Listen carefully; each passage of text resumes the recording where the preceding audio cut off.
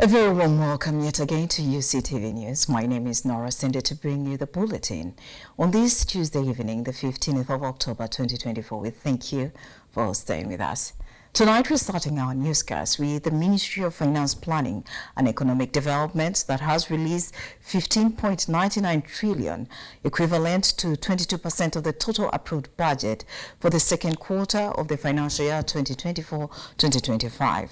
Now, during the media briefing, the Permanent Secretary and the Secretary to the Treasury, Ramadan Ngobi, emphasized the need for strict financial discipline among accounting officers in government ministries, departments, and agencies, warning that the government will not secure additional loans to cover any excess arrears. For wage, the 1.991 trillion is to cater for wage and salaries across government. Everybody should get their salary as budgeted. Non-wage, we have released 281.73 billion shillings for pension and gratuity. So those workers of Uganda government who retired and those who have served their contracts will get their gratuity. We have also released 145.32 billion shillings to local governments so that they can provide services in their locations. We have released 103.32 billion shillings to all public universities, Uganda Management Institute, and the Law Development Center, in line with the semester requirements. We have released 37.37 billion shillings for all examination boards, including Uganda National Examination Board and Uganda Business and Technical Examination Board. Ministry of Gender, Labour and Social Development has been given 48.94 billion shillings to cater for the social assistance grants for empowerment. We call it SAGE. For the old people, they should get their allowances to live longer. Health institutions have been given operational funds, and these include 36.97 billion for referral hospitals, including Mulago and Butabika referral hospitals. Looking ahead, and this is important, the inflation outlook is good, and the central bank has responded by reducing the CBR to 9.75% on 7th October. We therefore expect interest rates on government securities to be steady, with a possibility of reduction going forward.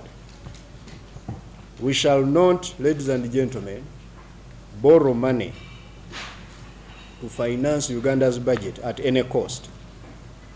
We shall only borrow when the cost is affordable and reasonable. I want this to be clear to the market. We are not going to borrow money at any cost. We have the option of reducing our appetite if the interest rates or the cost is high.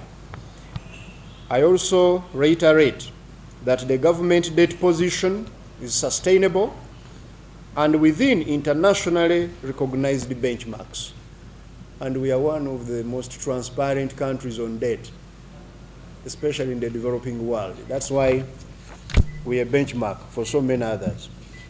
You find the chairpersons, the RDCs, the police, anybody who is interested in service delivery monitoring, that technical people have not provided them with the right information. For example, the chairperson of the district has no clue on what is being spent on in his districts.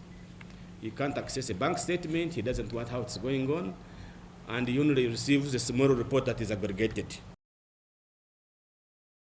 Uganda today has commemorated World Standards Day with a call for citizens to reject products lacking the Uganda National Bureau of Standards seal for their own safety. Now, speaking at the Uganda Media Center in Kampala, the UNBS Executive Director James Kasigwa emphasized the importance of maintaining high product standards as a shared responsibility that not only protects the consumers but also boosts the market opportunities for traders. He also noted that although some Ugandans grain was previously banned from the East African market due to aflatoxins, steps have been taken to improve post-harvest handling and address the issue. Each year on October 14th, we commemorate the World Standards Day by recognizing the dedicated experts who volunteer in their time and resources to develop standards that contribute to a better world. The World Standards Day, I urge you all stakeholders across with various sectors of the economy to acquire and implement the relevant standards, and this will promote and boost their businesses for a better and a more sustainable economy. I would like to take this opportunity to recognize and pay tribute to all the experts, especially the scientists, who generously contribute to their time and expertise in developing standards to create a better world for all. I also encourage the public to be vigilant, demand for quality and UNB certified products. If you encounter any issues or suspect unscrupulous dealers, please report them to UNBS. As you buy bread, it should be 1 kilogram or half a kilogram, but you're buying less. So that is a problem. I think in the minister's speech, he emphasized that quality is everyone's responsibility. Aware that there are products on the some, not actually very many, products which claim, some of them forge the what? The quality mark, our quality mark. But others use packaging of companies that are certified to actually package their fake what? Products. But previously, we've been using what we call market surveillance to address this problem, but we are now going to engage to use technology. There is something called digital conformity. What will happen, every product that has a genuine quality mark, you will be able to use your phone, you scan it, and it will tell you that this is a genuine what? Product and indeed quality mark. A group of pilgrims have been officially flagged off to attend the 60th anniversary celebration of the canonization of the Uganda martyrs in Rome in Italy. The farewell mass held at the Uganda Catholic Secretariat in Nsambya, led by Father Lumalika, urged the pilgrims to use the journey as a chance to deepen their faith and spiritual growth.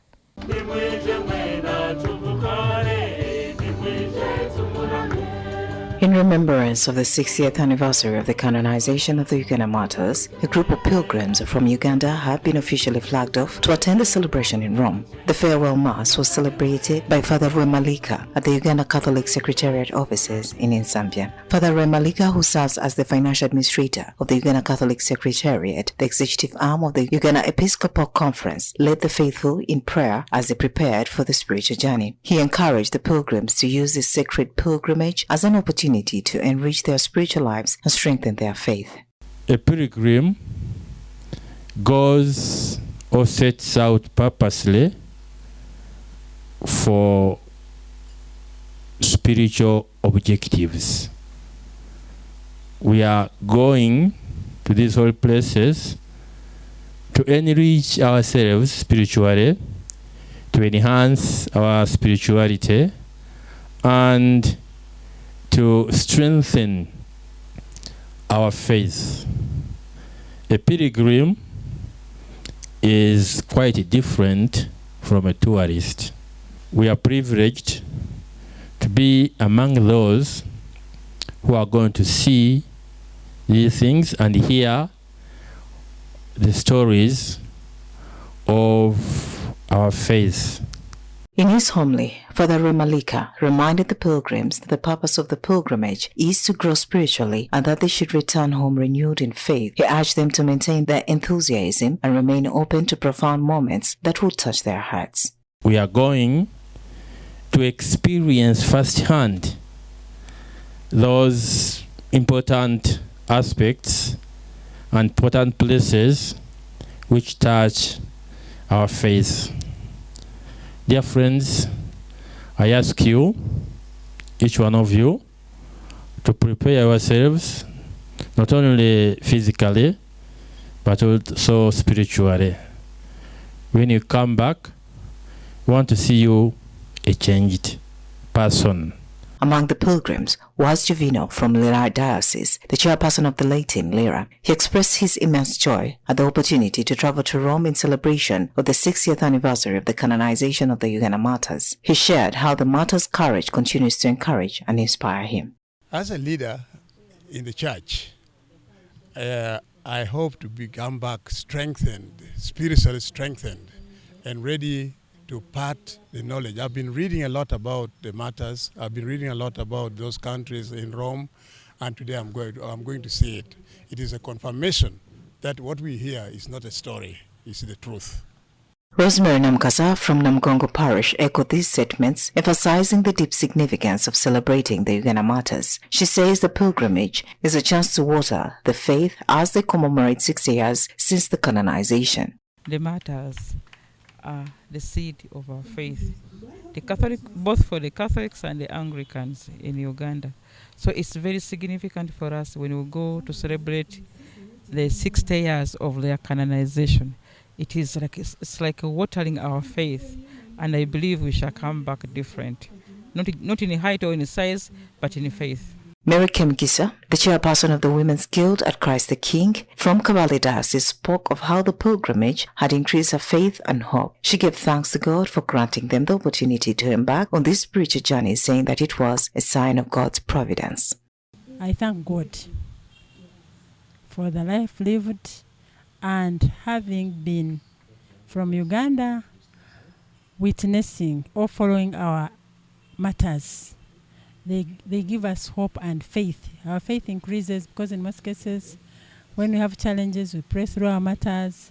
Even now we are saying our novena through the Uganda matters.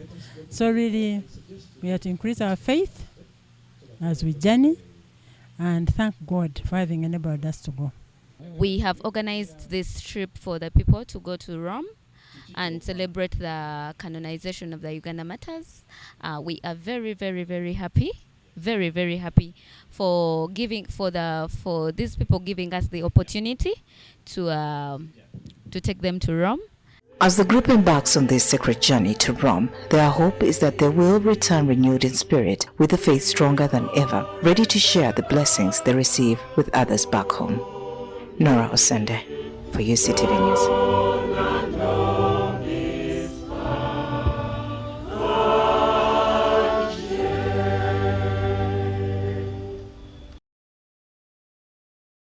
Now, St. Daniel Komboni in Kotido Catholic Diocese celebrated its first anniversary along the ordination of the new priest, Reverend Father Peter Lodio. The ceremony, led by His Lordship Bishop Dominic Eibo, attracted large crowds from Kotido Diocese and beyond, making the event vibrant and memorable. The Reverend Father Lodio, filled with joy on his special day, encouraged parents to allow their children the freedom to choose their own paths, especially when it comes to ministry. St. Daniel Komboni, a new parish in Kotido Catholic Diocese, celebrates its first anniversary and the ordination of their new priest, Reverend Father Peter Laudio. The main celebrant was His Lordship, Bishop Dominic Eibu, the Bishop of Kotido Catholic Diocese. Today, in this new parish of St. Daniel Komboni, we have celebrated two events. The first event is the first parish day of this new parish, which was inaugurated in this very year on the 20th of April. And today, the 10th of October, we celebrate the sacrament of ordination of one of the sons of this parish. And he is now Reverend Father Peter Lodio, a born of this place. We are grateful to God for him. We are grateful for the seeds that St. Daniel Comboni sowed through his missionaries in this region of the country, because the Comboni missionaries were the first missionaries to evangelize here in Karamoja. And even as we speak now, this parish, the parish priest is a Comboni missionary, though he lives with the diocesan priest. But that link still with the Comboni missionary work is going on. Bishop Dominic says that the function has been attended by a number of different people from Kotido Catholic Diocese and beyond, which made it more colorful. So this activity has been marked and attended by so many people from all over the diocese of Kotido. Different parishes participated, either in big numbers or small numbers, and the function has been so marvelous. The new priest has been welcomed very much by the joyful celebrations of the people. That has been also marked by the different gifts that they offered him from their own resources. Some have offered pumpkins, some cassava, even some sweeping brooms for him to start with. The function has been so colorful, and we wish that these kind of functions create more things of development. The ordained priest, Reverend Father Laudio, expressed his happiness for this day, where he advised the parents to let their children make their own decisions when it comes to ministry. This day brings happiness to me for all the journey that I've gone through, that it has come to its conclusion now as I start another journey of faith. I thank the Lord for bringing us to the end of this day, and I thank everyone who has attended this Mass of today for the ordination Mass and the celebration of the parish in its first anniversary since it's named under St. Daniel Comboni. My message to the all Christians is that they should keep their faith and always try to struggle and grow in faith. And to all the parents, I encourage the parents to allow their children always to make a choice of their own, not to force any, but let them be free to choose what they want to do. Just as my parents allowed me to choose what I wanted to be, not that they forced me to be a priest. My message to the diocese is that to thank the bishop for encouraging us and now doing his part as a shepherd of the diocese. I pray that he continues to guide the diocese so that more other shepherds may come out. Ochaya Aquilino, the chairperson Kotido Catholic Diocese, encouraged the new priest to move out and let the people of God hear his gospel. My message to the ordained priest is this. I have two messages. One, the missiology of Jesus is to go out and preach to the people. So that should be his missiology.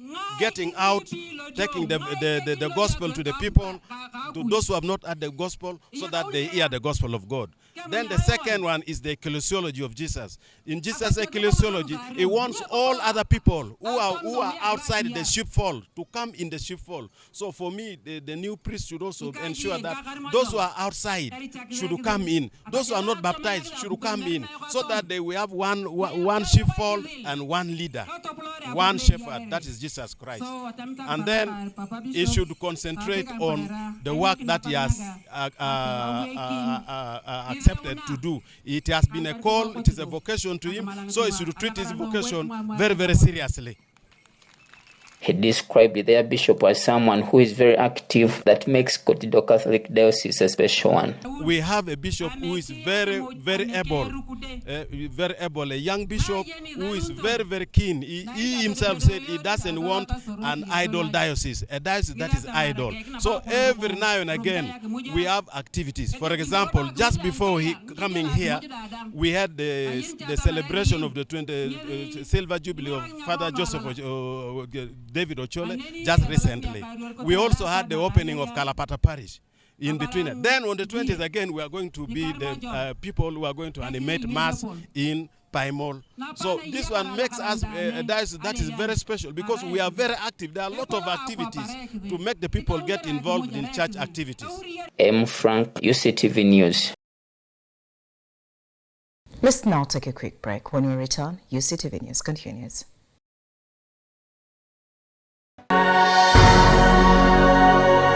UCTV. Good news for all. Welcome to Seeds of Success. My name is Rwanga Godfrey.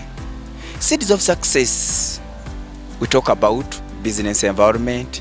If you want to be a millionaire, work for money. But billionaires work for wealth. Social affairs. Whom to blame via characters and talents?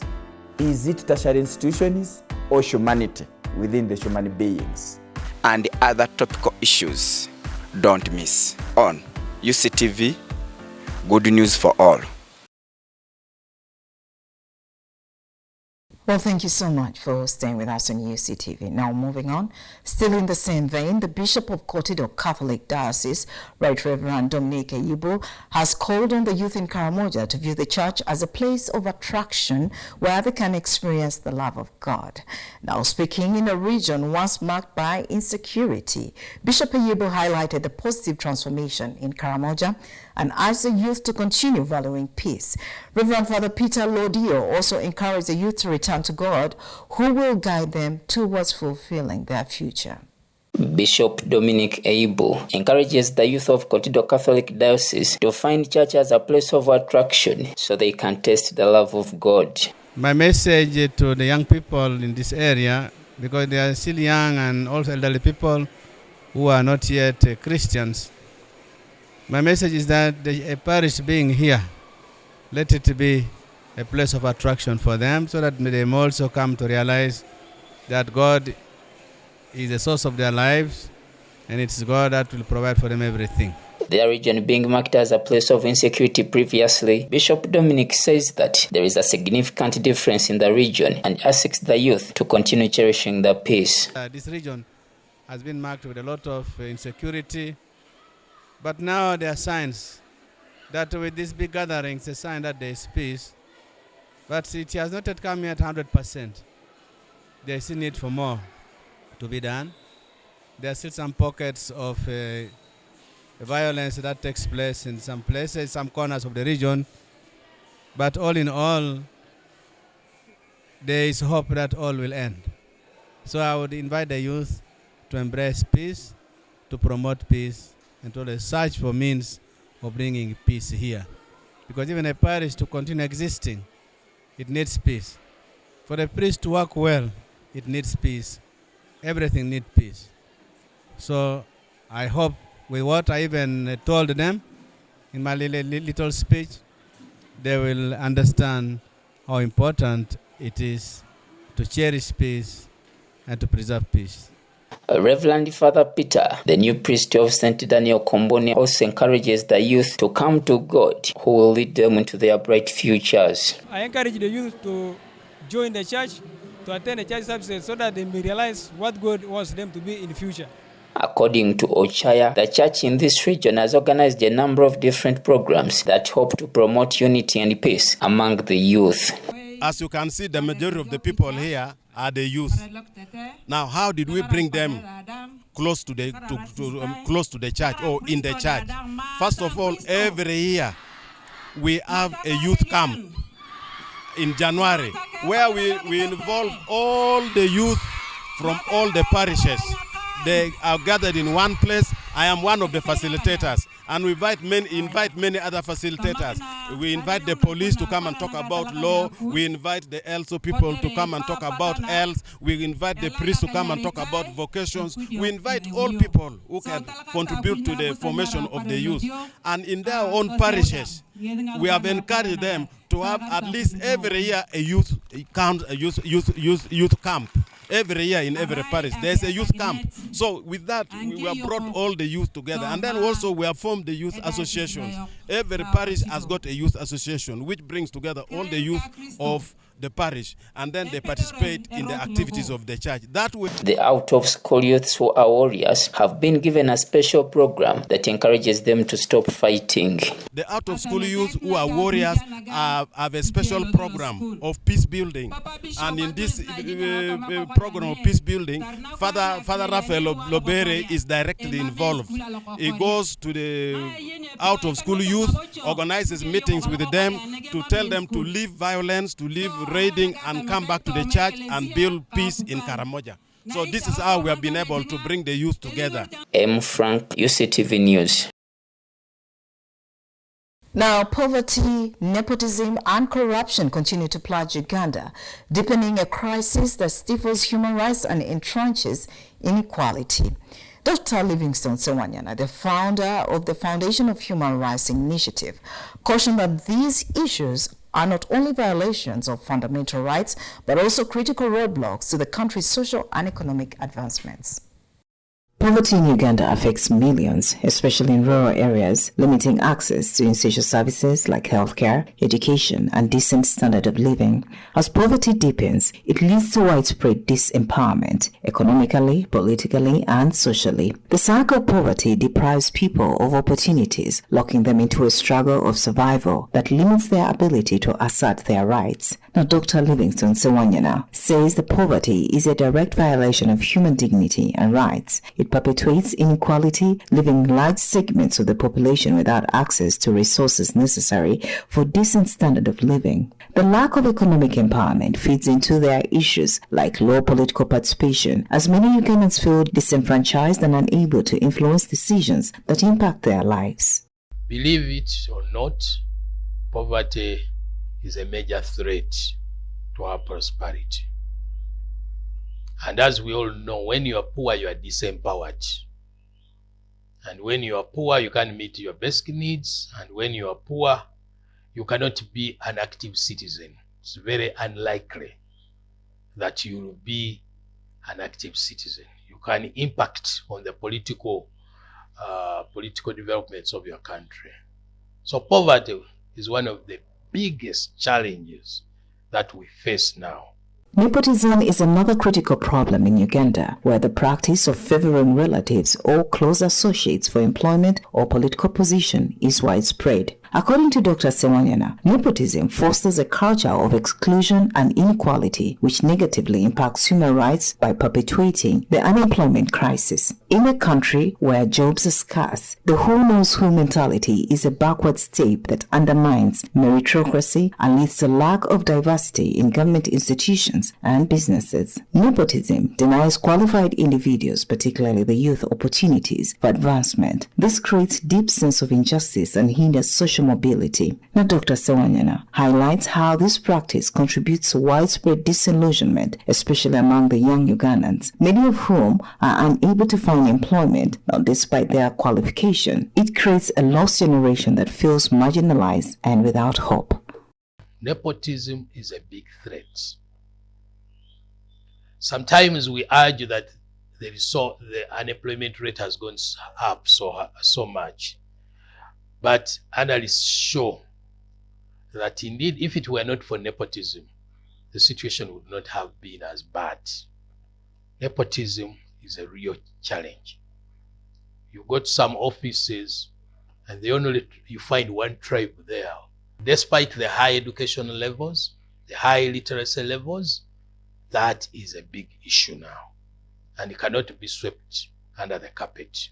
Dr. Sewanyana has also identified corruption as one of the leading human rights violations in Uganda. He urges that corruption diverts resources meant for public services, including healthcare, education, and infrastructure, which are essential for improving the socioeconomic conditions of Ugandans. When resources are siphoned by corrupt officials, the people are left to suffer the consequences, deepening poverty and inequality. Now, corruption, according to Dr. Sewanyana, also undermines the rule of law. It affects the administration of justice, bribery, and favoritism, often dictating who gets punished and who walks free. Now, this further erodes the trust in government institutions and the legal system, weakening the democratic governance. Resources meant for social and political development are not being utilized the way they should, and as such, many areas go unattended to. Look at the health, look at education, look at the road infrastructure.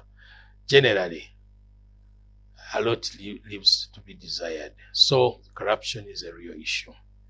There is a call for stronger anti-corruption measures, better enforcement of laws, and more transparency in public offices to combat the entrenched problem. The diversion of resources through corrupt practices stifles socioeconomic development, as funds intended for public projects like hospitals, schools, and roads are misappropriated, leaving the most vulnerable people to suffer the consequences.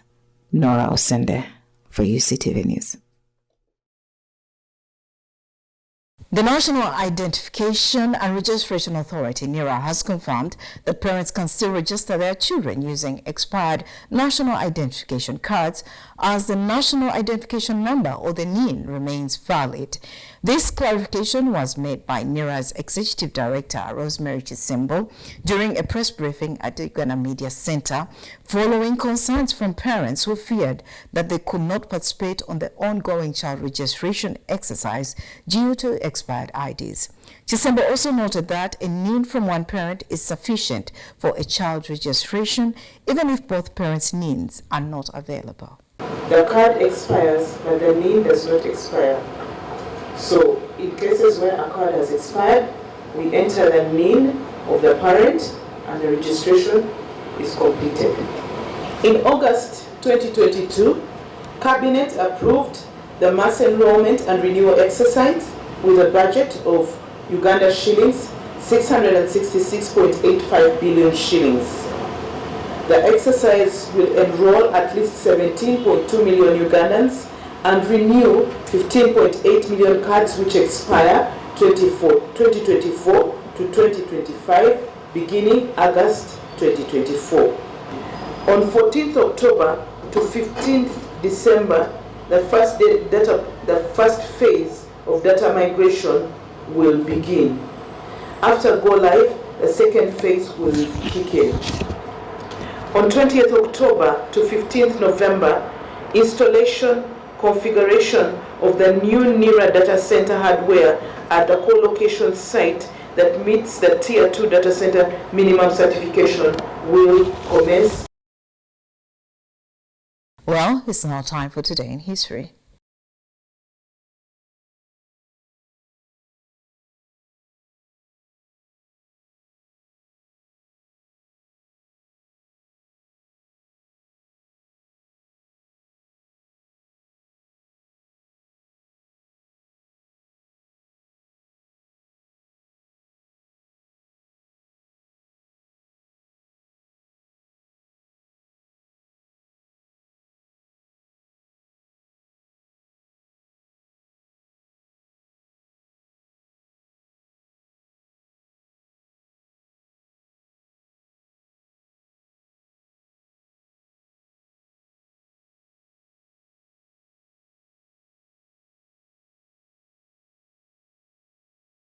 Thank you for staying with us on UCTV News. We'll take another quick break. When we return, it's Around Reports.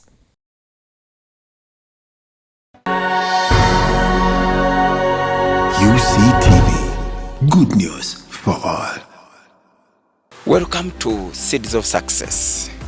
My name is Rwanga Godfrey. Seeds of Success, we talk about business environment. If you want to be a millionaire, work for money. But billionaires work for wealth. Social affairs. Whom to blame via characters and talents? Is it tertiary institutions or humanity within the human beings? And other topical issues. Don't miss on UCTV, good news for all. Well, and that's all we had for you this evening. It has been surely nice having you on UCTV News tonight. We'll definitely see you tomorrow at the same time. Until then, do have yourself a lovely evening and a good night. I am Nora Sende.